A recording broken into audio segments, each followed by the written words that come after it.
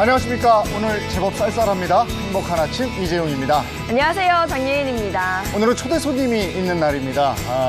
노래면 노래, 연기면 연기. 그야말로 연예계의 만능 엔터테이너고요. 연예가 절대 동안, 도대체 나이를 종잡을 수 없는 이 남자를 스튜디오에 초대해서 얘기 나누도록 하겠습니다. 네, 그에 앞서서요. 한 주간의 핫한 연예가 소식부터 짚어보도록 하겠습니다. 수요일 행복한 아침은 반가운 아침입니다.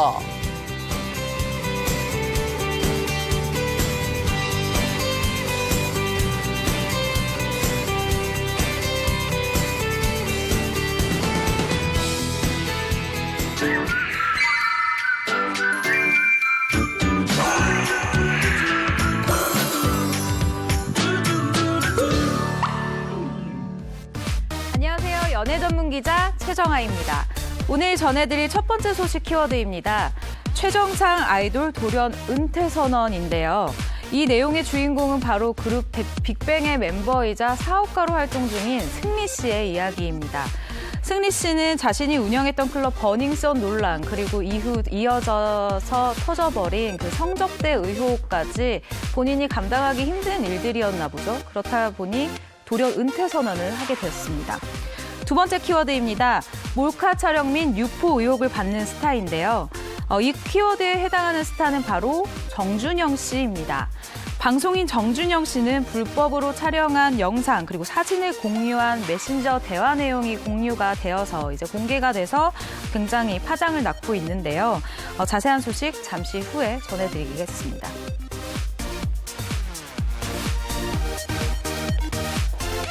네, 어서 오세요. 네, 반갑습니다. 오늘 저희가 전해드릴 이 소식은 이미 접하셨죠? 또 이런 일이 이렇게 생각을 하셨을 겁니다. 워낙에 핫해서 오늘 전해드리지 않을 수가 없습니다. 네, 한 2달 동안 실시간 검색어 1위를 차지할 만큼 정말 많은 분들이 이 사건에 대해서 관심을 가지고 계신데요. 이 이야기 또 함께 나눠주실 김대호 대중문화 전문 기자 소개합니다. 안녕하세요. 네, 반갑습니다. 네, 안녕하세요. 네. 먼저 첫 번째 소식으로 최정아 기자가 전해주셨는데요. 승리 씨 얘기부터 좀 하죠. 네, 사실 지난 2달 동안 정말 뜨거운 이슈의 주인공이었죠. 승리 씨는 자신이 사내이사를 맡았던 서울 강남 소재 클럽 버닝썬을 둘러싸고 마약류 유통, 성범죄, 이어서 경찰 유착까지 계속해서 커다란 이슈들이 빵빵빵 터지고 있었어요. 그러니까 말로는 일단 의혹인데요. 네. 이런 일들이 벌어진 후에 승리 씨가 책임을 져야 하는 것이 아닌가 이런 책임론이 불거지기도 했습니다. 이후 강남의 또 다른 클럽에서 해외 투자자들에게 무려 성접대를 하려고 했었다라는 의혹에 휩싸인 가운데 결국 승리 씨는 돌연 은퇴를 선언했습니다. 예. 네, 승리 씨는 이와 관련해서 수사도 받고 일부 부분에 있어서는 혐의도 벗었다라고 들었거든요. 네, 지난달 27일에 먼저 이 승리가 경찰에서 조사를 받았습니다. 예. 무려 네. 8시간 30분 동안 경찰에서 조사를 받았는데 그때 당시 이제 그 경찰에서 주안점을 뒀던 부분은 바로 이제 이 마약류 투약과 관련된 내용이었거든요. 네. 하지만 국립과학수사연구원에서 음성 판정이 나면서 이 부분에 대해서는 혐의를 일부 벗기도 했습니다. 예. 네. 하지만 이제 새롭게 불거진 일이 있었죠. 바로 이제 성매매 알선에 관한 부분인데 이 부분에 대해서도 이 승리를 피의자 신분으로 해서 조만간 소환 조사할 예정이라고 합니다. 그리고 은퇴. 네. 예. 사실 이 은퇴를 갑자기 이제 선언을 했기 때문에 많은 분들이 왜 그러냐라고 말씀하시는 분들이 많은데요. 일단 승리 씨의 입장입니다. 지난 한 달 반 동안 국민들로부터 질타를 받고 미움을 받고 지금 국내 모든 수사기관들이 저를 조사하고 있다라면서 국민 역적으로까지 몰리는 상황인데 저 하나 살자고 주변 모두에게 피해주는 일은 도저히 제 스스로 용납이 안 된다라면서 은퇴를 이제 사람 사람들에게 이야기한 선언하게 된 계기를 이야기했습니다. 그러면서 지난 10여 년간 많은 사랑을 베풀어준 국내외 팬분들에게 모든 진심을 다해 감사드리며 YG 소속사죠. 그리고 그룹 빅뱅의 명예를 위해서라도 저는 여기까지인 것 같다. 다시 한번 죄송하고 또 죄송하다. 그동안 모든 분들에게 감사했다라고 자신의 입장을 밝혔습니다. 승리 씨 별명이 뭐 승츠비? 네. 승츠비 뭐 이래요? 위대한 개츠비라고 아, 그게 있잖아요. 승츠비입니까? 네, 네. 본인이 그런 캐릭터를 만들었는지 아니면 주변 사람들이 그런 또 승츠비라는 네. 별명을 만들어줬는지는 모르겠습니다만 그래도 굉장히 지금까지는 잘 어울리는 네. 별명이기도 했습니다. 체인점이 한 10여 개가 넘는 이제 라멘 체인점을 운영하고 있고 네. 그다음에 또 강남에 정말 국내에서 첫째 가는 이 클럽이거든요. 버닝썬이 이곳에 이제 그 경영까지 하면서 사업가로서의 면모를 드러내기도 했는데요. 정말 그 이 방송 프로그램에서도 여러 가지 재미거리를 선사하면서 네. 승승장구하던 중이었습니다.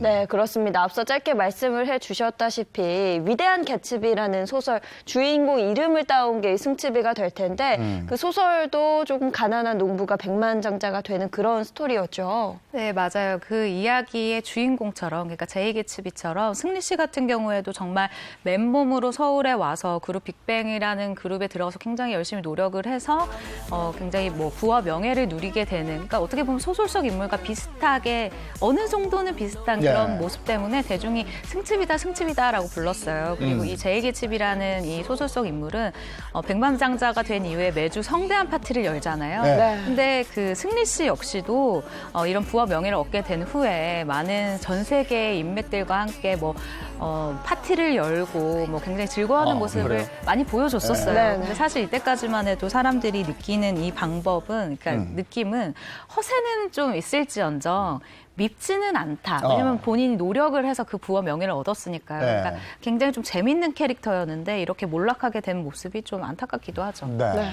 이 최정화 기자가 얘기를 했습니다만 이 예능 프로그램에서도 이 승리 같은 경우에는 좋은 캐릭터를 지니고 있었죠. 네. 사업을 하는 모습, 그다음에 또 외국인들과 이제 사업에 대한 이야기를 나누고 자신이 직접 버닝썬이라는 곳에서 이 조명을 만진다거나 네. 이런 행동을 하기도 했었고 네. 또 나름 이제 그 연예인의 부업에 대해서도 개인의 생각을 밝혔었는데 다른 사람들 같은 경우에는 연예인들이 이름만 빌려주는 줄 알지만 자신은 직접 이렇게 나서고 있다.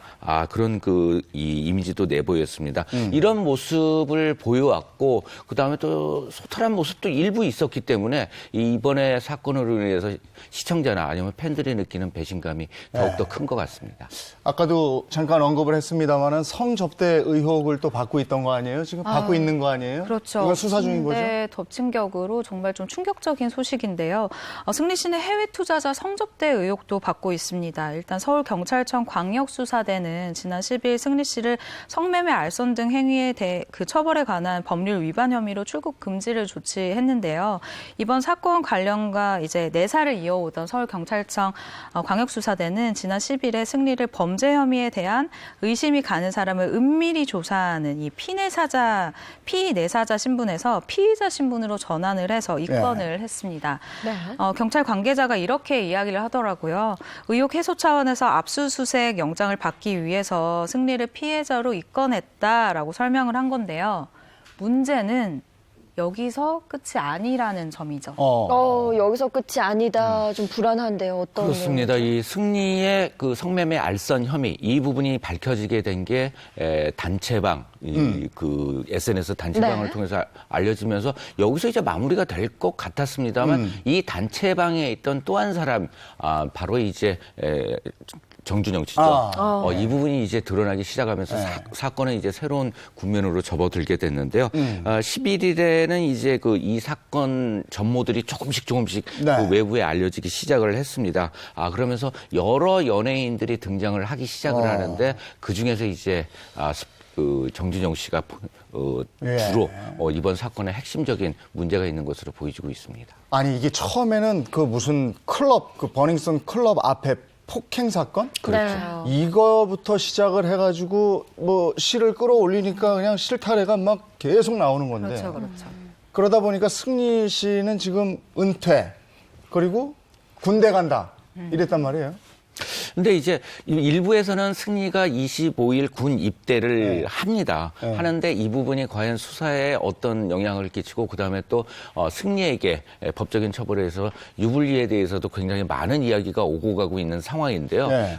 객관적으로 살펴보면 군 입대를 한다고 해서 달라질 것은 전혀 없는 이 법적인 문제는 이런 뭐 조사나 아니면은 검찰 재판 과정 역시 거의 이 동일한 이 판단을 받게 될 것 같습니다. 군인 되면 헌병에서 하는 거 아닙니까? 주체는 이제 헌병에서 수사를 하게 되고 군 검찰이 이제 기소를 하고 군 재판부에서 재판을 하게 되지만 실제적인 조사나 아니면 또 기소 과정은 일반 검찰에서 참고를 해서 하기 때문에 어떻게 본다면 일부는 또 이제 불리해 줄 수도 있는 상황인 거고 이 민감용 경찰청장도 이 승리가 군 입대하더라도 수사에는 별 지장이 없을 것이다 이렇게 선언한 상황입니다. 그렇군요. 네, 이제 두 번째 소식을 전해드릴까 하는데요. 사실 이 두 번째 소식 같은 경우는 첫 번째 소식과 굉장히 연결이 되어 있습니다. 김대우 기자가 전해준 것처럼 이 승리 씨가 불법 영상물을 이제 공유를 했는데 한 대화방에서요. 근데 이 대화방에는 동료 연예인들이 있었어요.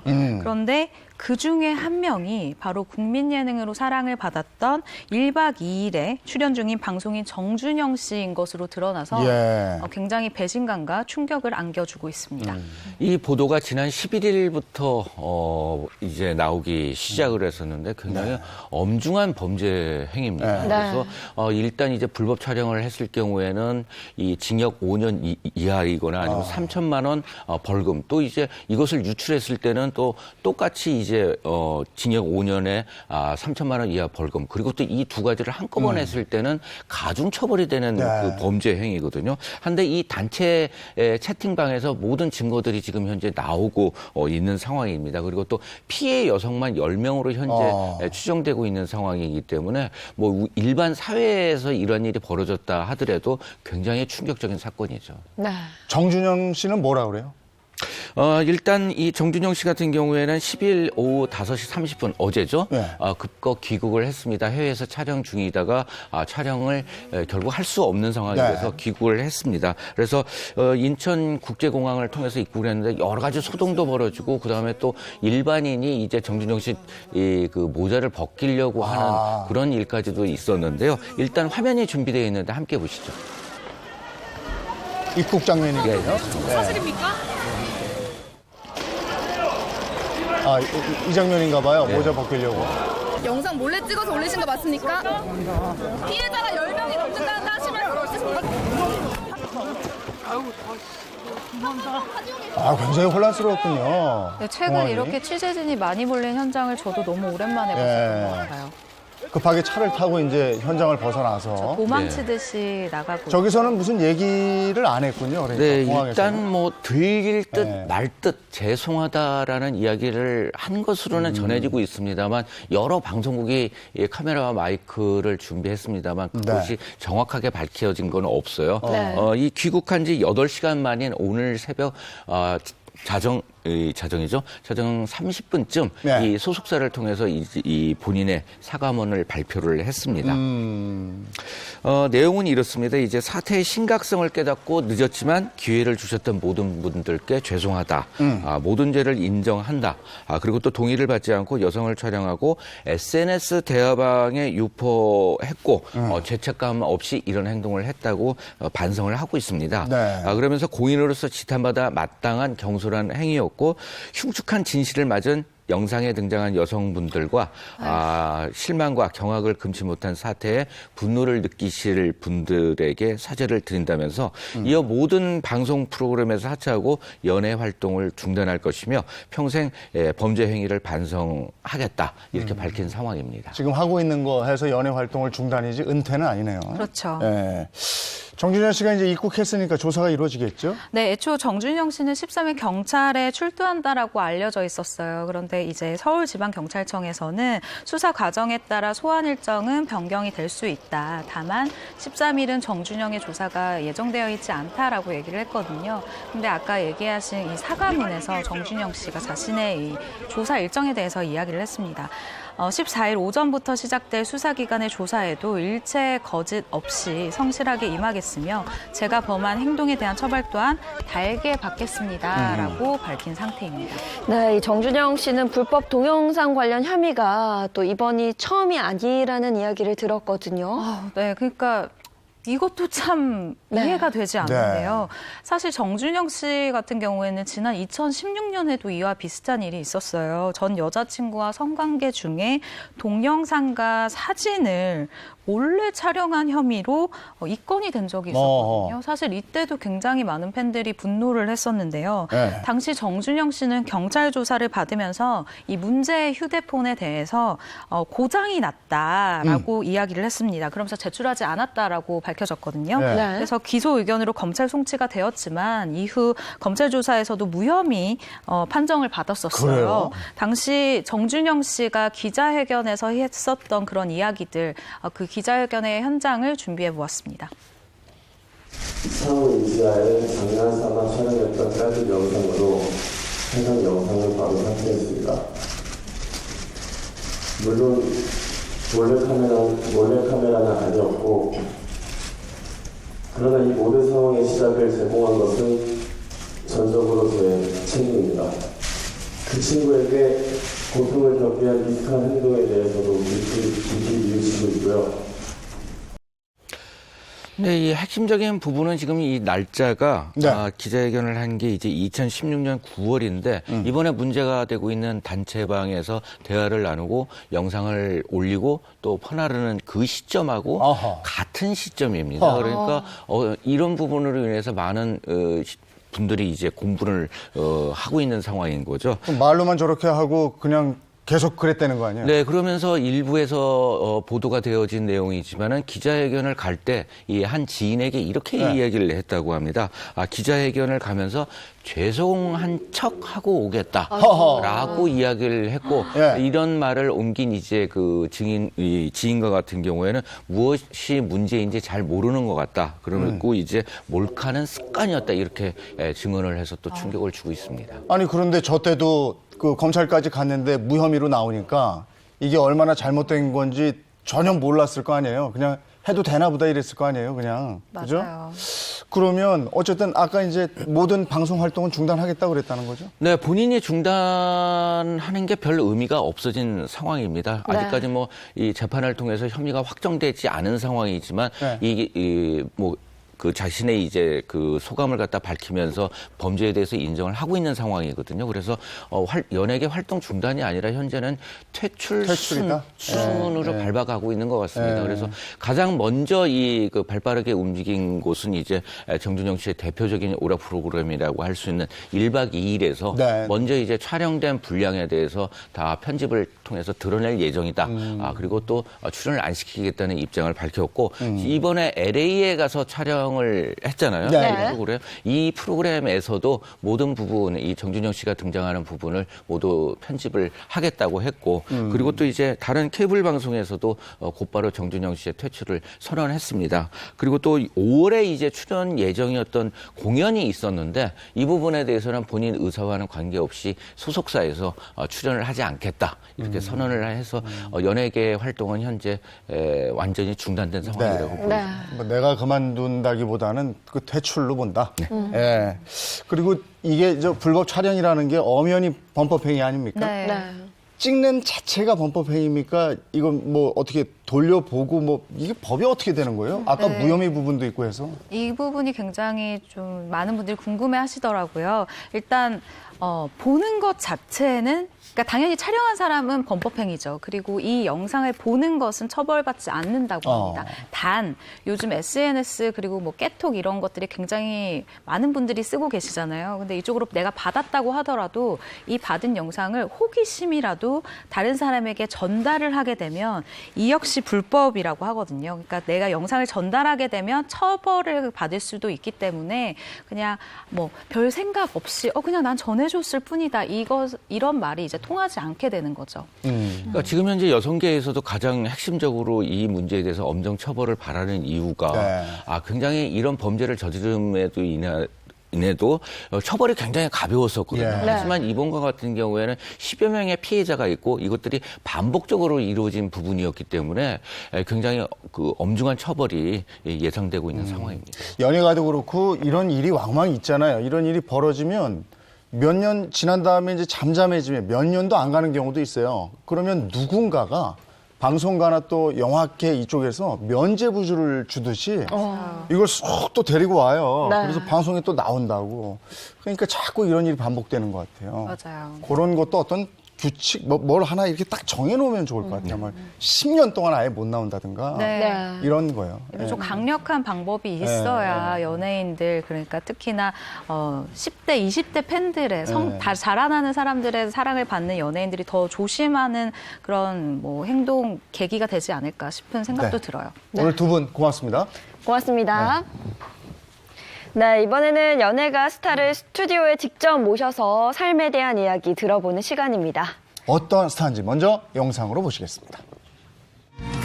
가다 주저앉고 싶어도 어차피 한 번 사는 인생인데 멋지게 봄나게 뛰어간다.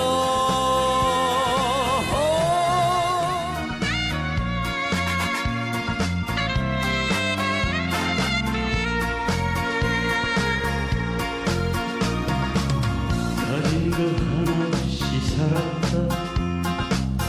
맨몸으로 부딪혀가 서글픈 인생살이 눈물 나도 인생이 그렇게 쉽나요? 모두 새벽 길 가는데 사는 것이 다 그런 거지. 서로 보다가도 가다 주저앉고 싶어도 어차피 한 번 사는 인생인데 멋지게 봄나게 피어간다. 달린다 달린다 끝까지 넘어지고 쓰러진다 해도 한 잔술에 두 잔술에 취해서 사랑하나 매콤한 아픔도 사랑한다 내 인생 my love.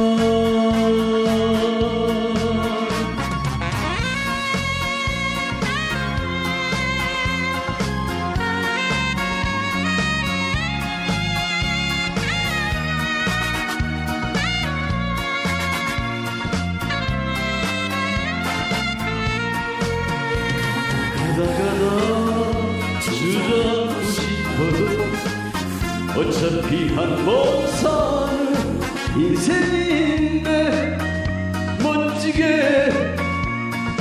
봄나게 뛰어간다.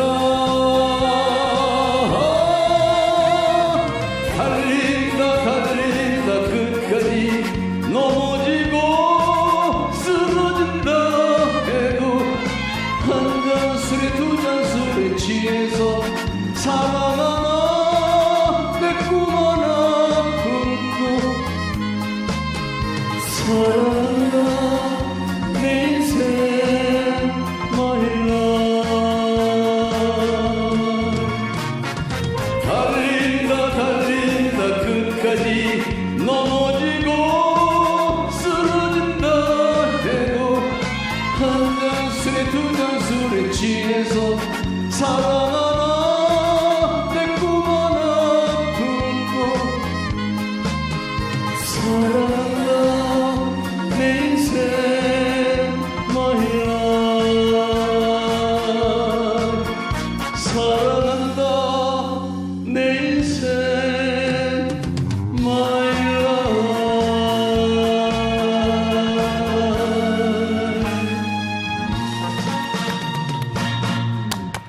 어서 오세요. 어서 오세요. 반갑습니다. 반갑습니다. 예, 평생 청춘으로 살고 싶다는 영원한 꽃중년 겸 꽃중년 배우 겸 가수 네. 노영국 씨입니다. 반갑습니다. 네, 반갑습니다. 함께 해줄 의욕만수르 김태환 씨도 어서 오세요. 네, 반갑습니다. 의욕만수로 김태환입니다. 오늘은 탬버리는 어쩌어요? 네, 오늘은 제가 좀 켜보고 싶었는데 네. 오늘 너무 분위기가 치면 안 될 것 같은데. 네, 오늘은 좀 자제했습니다. 네. 아니 오늘 앞에 저 노영국 씨도 요 앞에서 들으셨잖아요. 네. 연예가 소식인데 너무 심각한 거라 네. 저희가 이렇게 탁 이러고 했잖아요. 그러니까 앞에서 웃어주세요. 예. 아 우리가 웃을 수 없는 상황이었거든요 아까. 그래서 그랬어요. 제가 개인적으로 부탁했습니다. 예. 근데 왜냐면 웃는 습관이 네. 평소에 좀 부족했던 것 같아서. 예. 잘 오셨어요. 근데 노영국 씨를 보면요 많은 분들이 궁금해하는 게요. 도대체 이분은 나이를 안 먹는데 도대체 진짜 몇 살인가 굉장히 궁금해요. 네. 밝히실 수가 있나요? 아, 글쎄요. 노코멘트. 네, 이러실 줄 코멘트 알았어요. 하면 제가 좀 가늠할 수 없는데 말 와도 되나요, 그럼? 그래도 됩니다. 그러면 그거라도 동안의 비결이라도 알려주세요. 네, 진짜 방부제라도 드시는 것 같아요, 진짜. 방부제 먹지는 않고요. 예.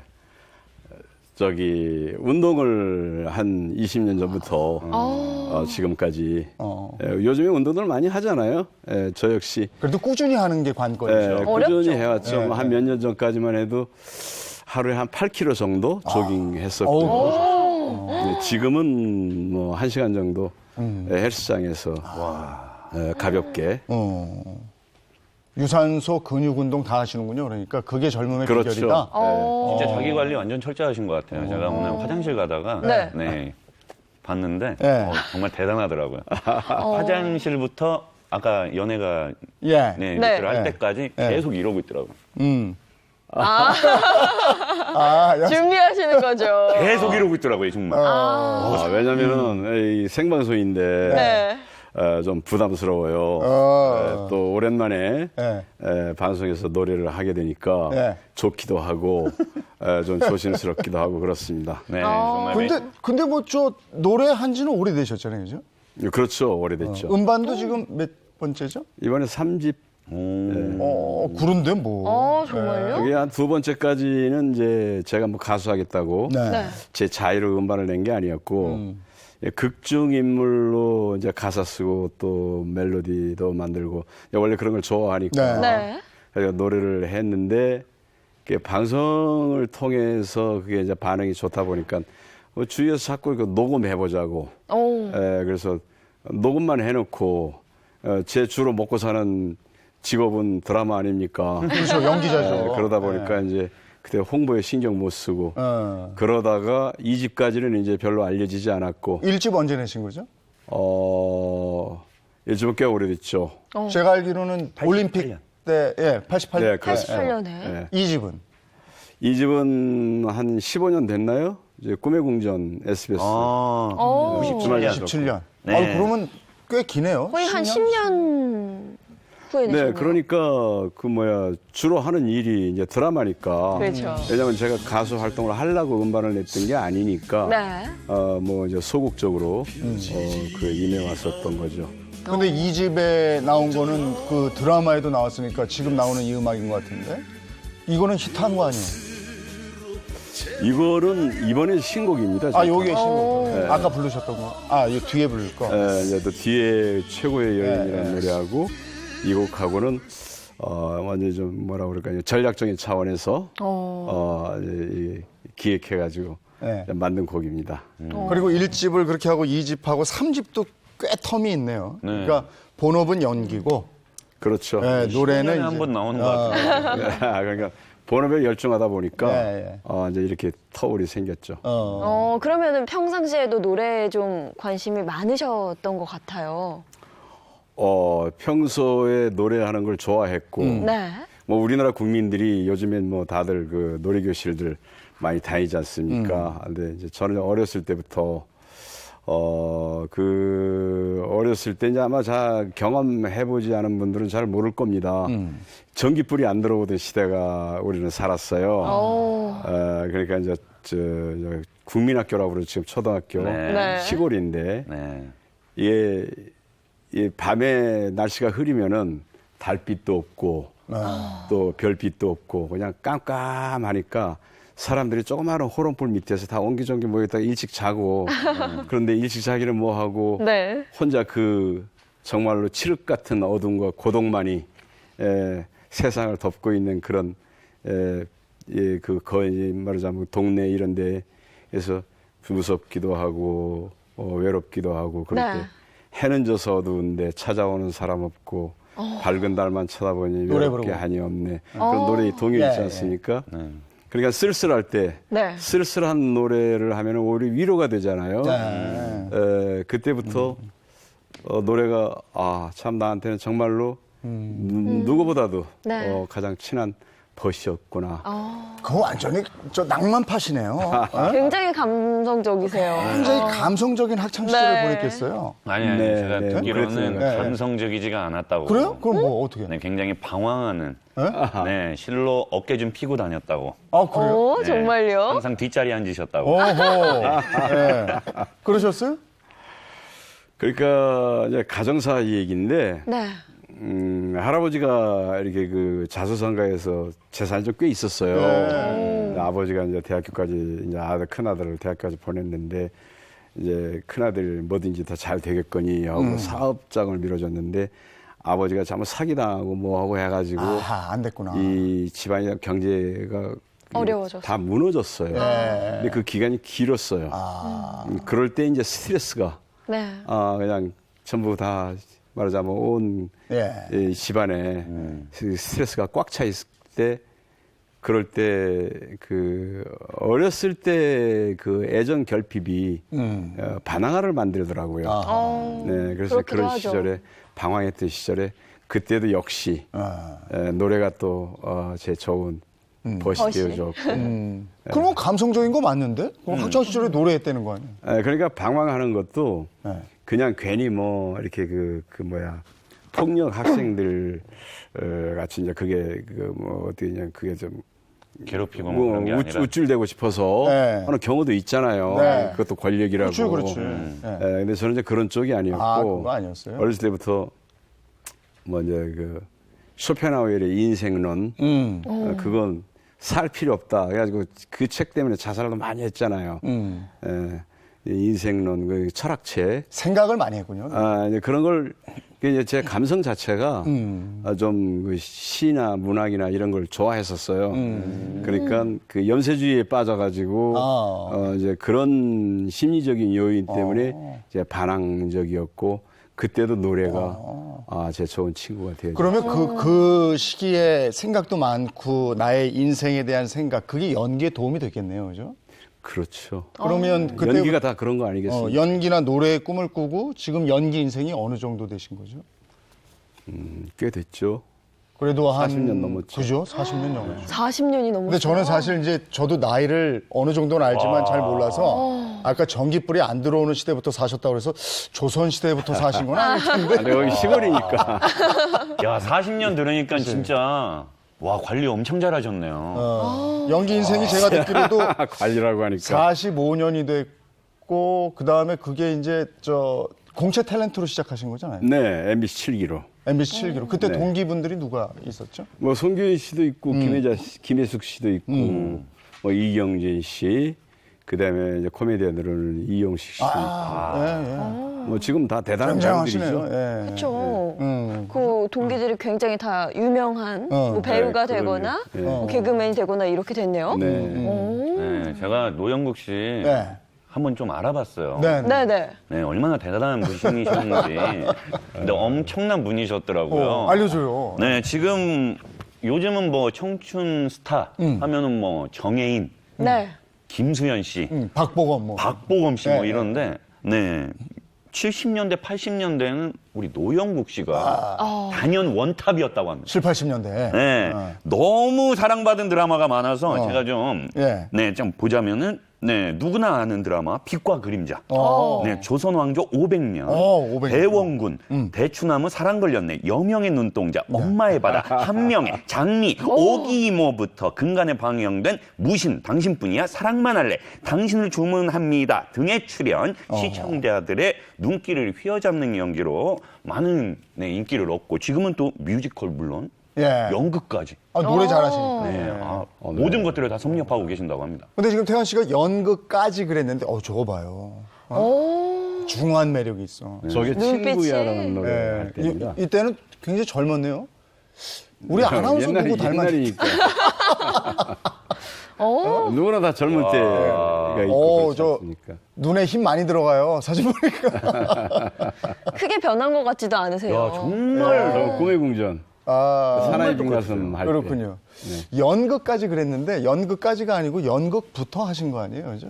옛날에는 뭐 저뿐만 아니라 대부분 연극으로 출발하는 경우가 많습니다. 네. 지금은 이제 뭐 곧바로 탤런트로 이제 하는 경우가 많은데 네. 옛날에는 그때는 연극이 기본이니까요. 그 시작한 계기가 있다면서요. 연극을 시작한 계기가. 그러니까 이제 그 박근영 선배 아시죠? 네. 네. 고향 선배인데 그분의 부인이 KBS 일기 탤런트였습니다. 그러시구나. 네. 이수정 누나라고 네. 저희 작은 누나 이제 친한 친구였는데 그 누나 때문에 연극을 제가 하게 됐어요. 네. 완전 박근영 씨 선생님이 그러면 그러네요. 운인이시네요. 박근영 선배가 아니라 박근영 선배 부인. 아, 부인. 네. 뭐라 그러면서 연극하래요? 잘생겼으니까 연기 한번 해보지 이래요? 아니면 시골에서 제가 방황할 때 네. 아무래도 좀 서울로 올라와서 연극을 하든가 뭐 하는 게 좋을 것 같다라고 저희 누나하고 의논을 했나 봐요. 그래서 올라오라고 그러더니 네. 이제 그 예술극장 명동 예술극장 네. 이차령 작가가 운영하는 그 제8회1이라는 연극에 단역으로 출연을 했어요. 근데 단역으로. 그때만 해도 제가 상당히 그 뭐라 그럴까 좀 허무주의라고 그럴까 뭐 이제 그런 그 감성 속에 늪에 이제 빠져 있다라고 표현하는 게 적절할 것 같아요. 그러다가 연극이 이게 예술이구나. 말하자면 좋은 예술이라고 믿을 수 있는 연기자가 돼보고 싶다. 그래서 그때 이제 네.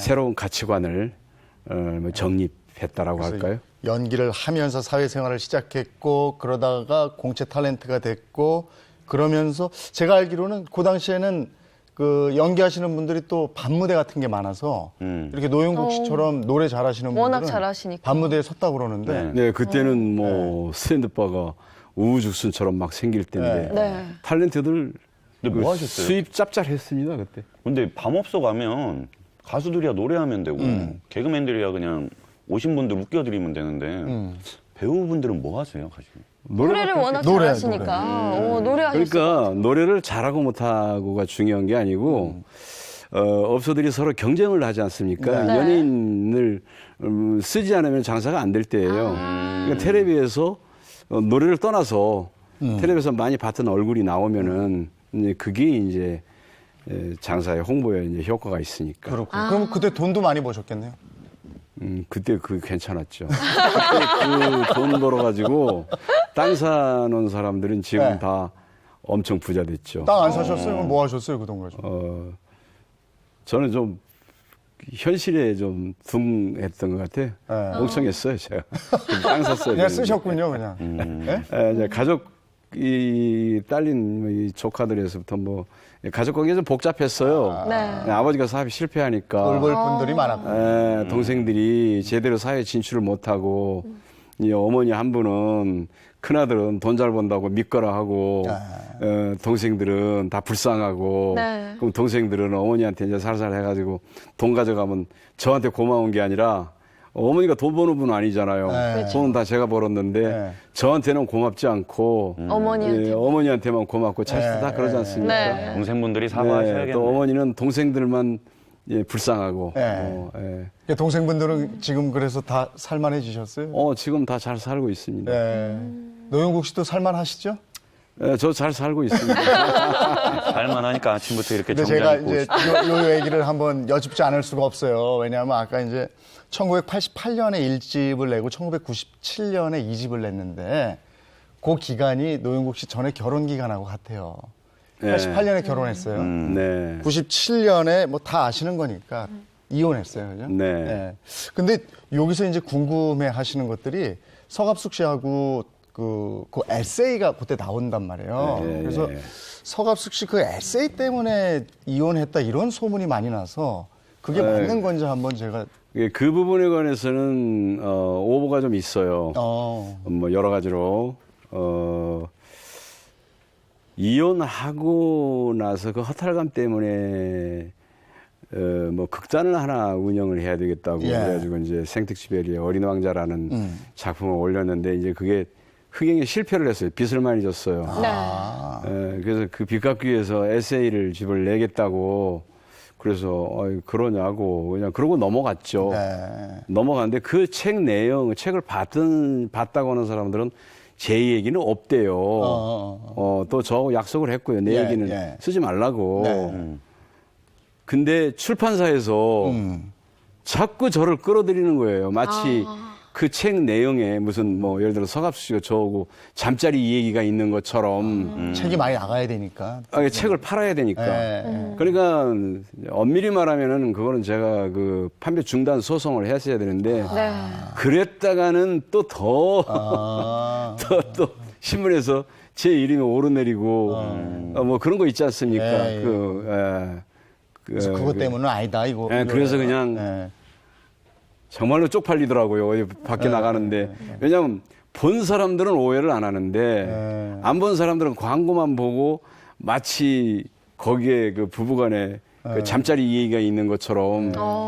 그러니까 저는 뭐 잘못한 것도 없이 그냥 창피한 거예요. 어쨌든 그 책 그래서 때문에 한 몇 년간 제가 또 뭐 이렇게 뭐 은둔 생활 비슷하게 했는데 그랬어요? 이제 그게 이제 제가 그래서 방송에서도 뭐 그러저러한 여러 가지 이유로 해서 내가 은둔 생활을 좀 했다라고 하니까 이제 이게 또 숨어 살았다 또 이렇게 은둔 생활하고 숨어 사는 건 틀리잖아요. 은둔 생활. 뭐 민망해서 숨어 살았다 이렇게 가는 거예요. 그렇게.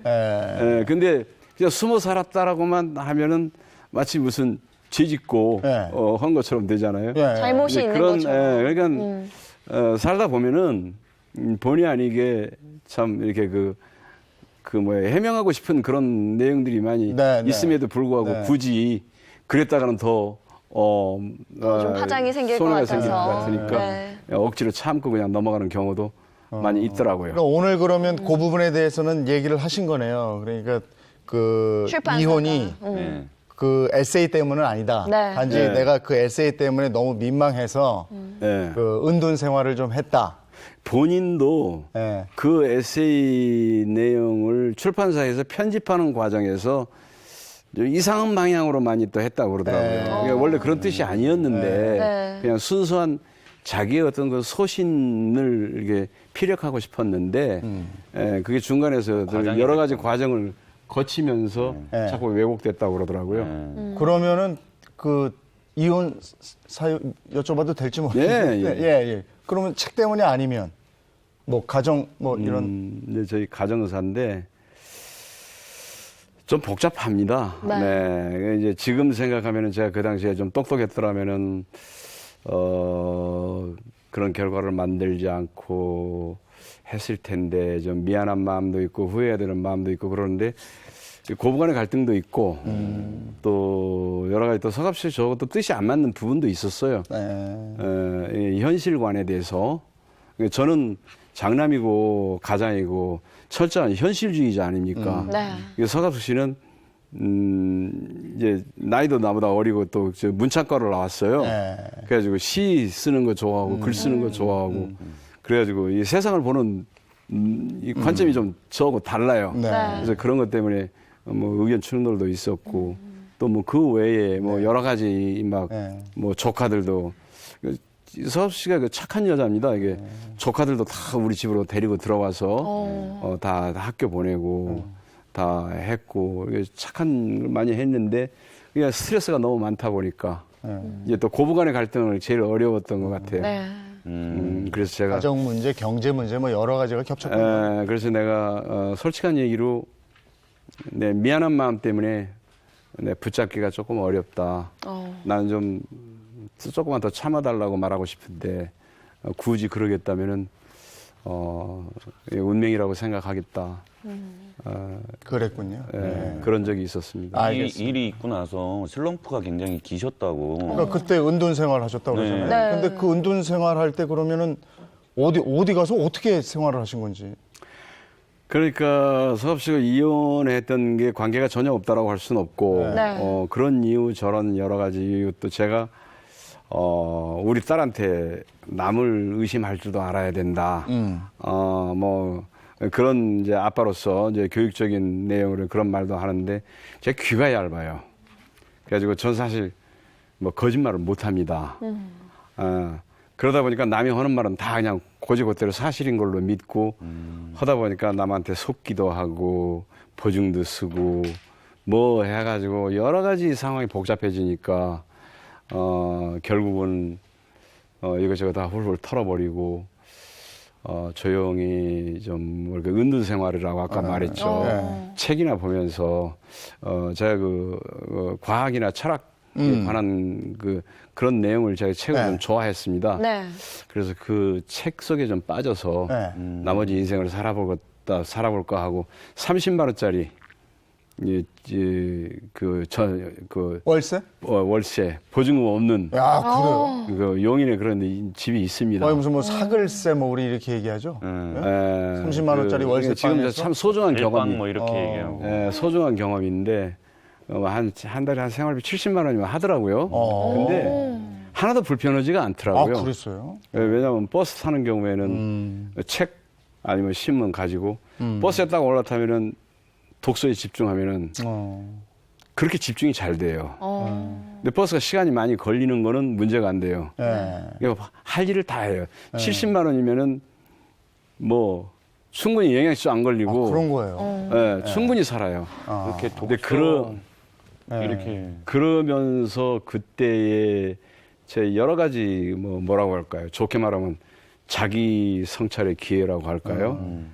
제가 좀 오만했고 남들한테 이렇게 상처 주는 그런 나도 모르게 이게 괜히 상처 주는 경우도 있었고 이런 생각들도 하고 제 처지가 그러니까 그리고 그 시기가 다시 한번 도약하는 계기가 되는 거네요. 그죠? 그렇죠. 그래서 제 인생을 말하자면 성찰하는 좋은 아주 참 소중했던 그런 시절로 좀 기억하고 있습니다. 그 성찰의 시기 때 또 운명적인 그래요? 여인 한 분이 또 아, 그랬어요? 이렇게 제가 계속 이렇게 좀 물어보고 싶었는데 네. 사랑을 만나셨나요? 성찰하면서 그럼 책에서 툭 튀어났나?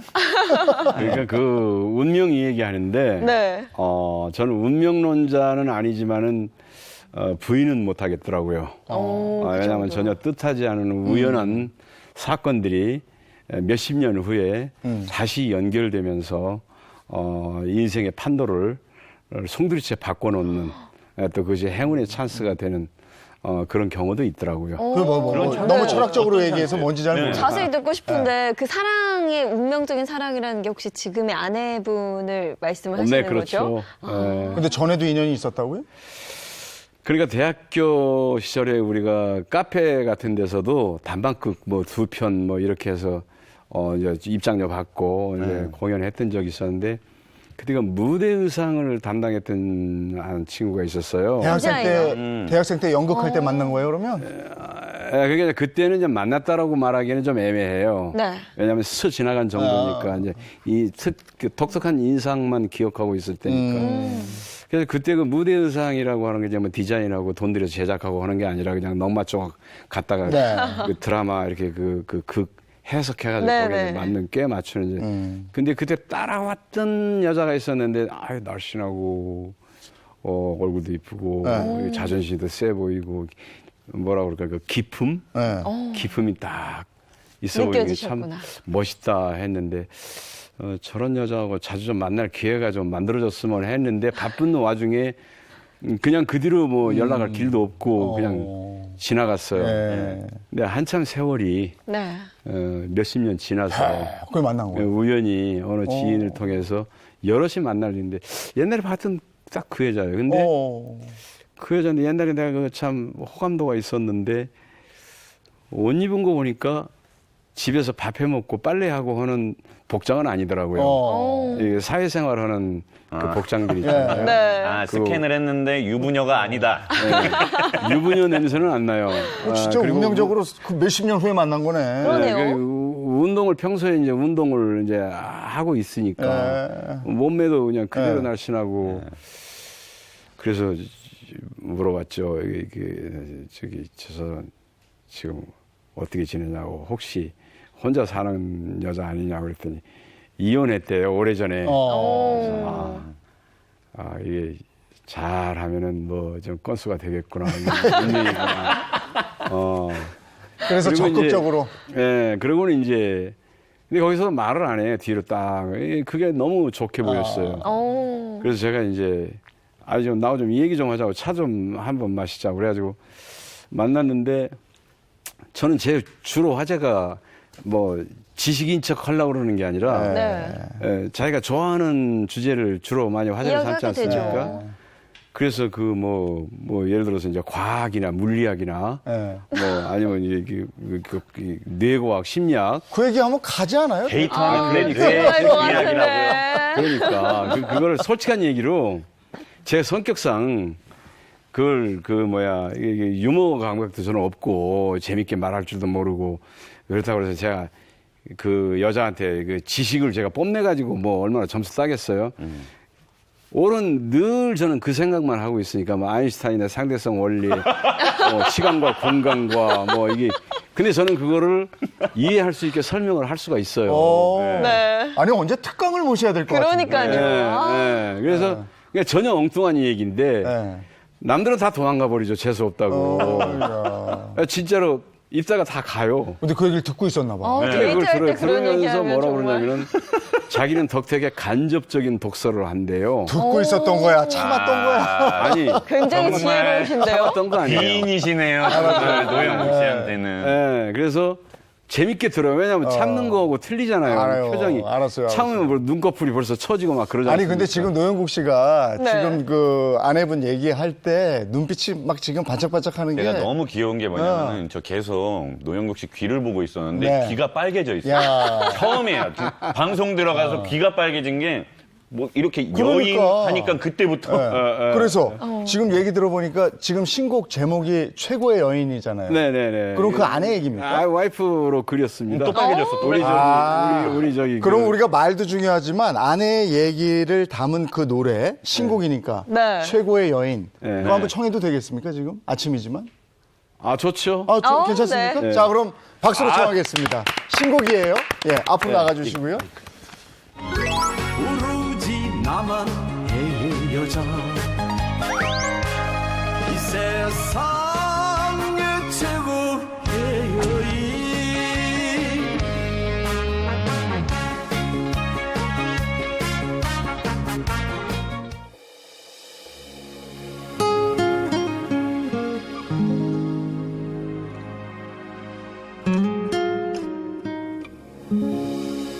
그대 내 여자 나만의 여자 이 세상 최고의 여인 눈치 애교는 만점 매력이 넘쳐 흘러요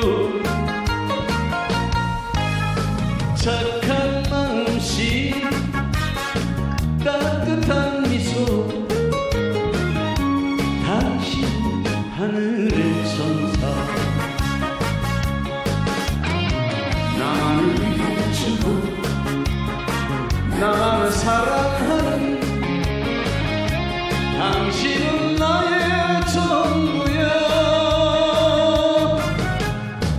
내 모든 것 가져도 또 주고 싶은 오로지 나의 여자 이 세상의 최고의 여인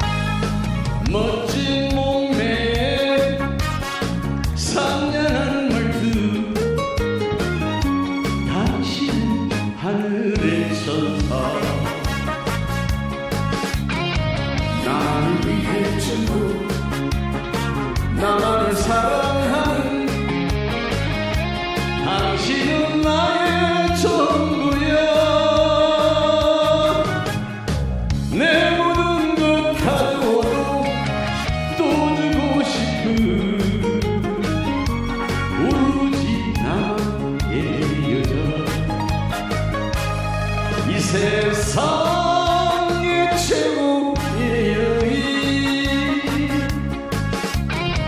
나만을 위해 주고 나만을 사랑하는 당신은 나의 전부야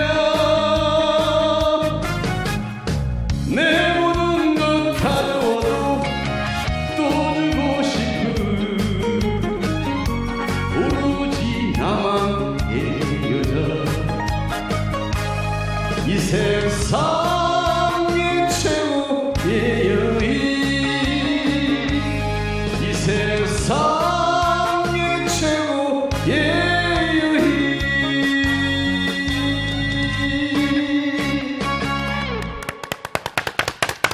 와, 잘 들었습니다. 이 아침에 아내를 생각하면서 최고의 여인이라는 노래를 부르니까 노래도 네. 구성직이 아주 잘 나왔어요. 표정도 더 밝아졌어요. 네, 이 노래를 들은 아내의 반응이 궁금합니다. 엄청 좋아하겠죠. 그러니까 이게 최고의 여인이라고 표현하신 게 그때 방황하던 시절에 네. 혼자 은둔하던 시절에 30만 원짜리 월세방에서 살았는데 그때 만났단 말이에요. 정말 그걸 다 그러니까 보셨어요? 돈을 보고 뭐 이렇게 만난 관계는 아닌 거예요, 그죠? 그래서 최고의 여인이라고 그러시는 것 같아요. 그러니까 이제 이 얘기하고 싶은 그 재밌는 장면이 하나가 있는데 네. 현재 살고 있는 모습이 내 이렇다. 나 당신 참 좋은 사람 같고 나하고 잘 맞을 것 같은데 운명은 우리가 만들어가는 거 아니겠느냐. 나는 지금 당신 같은 사람이 필요하고 내 손을 잡아주면은 나는 너무 좋을 것 같다. 그랬더니 아무 말도 않고 고개를 푹 숙이더라고요. 그래서 깜짝 놀랐죠. 네. 무슨 생각을 하고 그랬더니 눈물을 뚝뚝 흘리고 있더라고요. 왜요? 지금 생각하니까 이제 불쌍해서 그랬나 봐요. 왜냐면 그래도 옛날에 저를 알았을 거 아닙니까. 저렇게 쫄딱 망해가지고 이런 모습으로 그래서 이틀만 좀 시간이 필요하다고 생각할 시간이 필요하다고 그래서 이틀 후에 전화가 왔어요. 네. 거절하면은 자기가 후회할 것 같다고 뜻을 같이 하자고.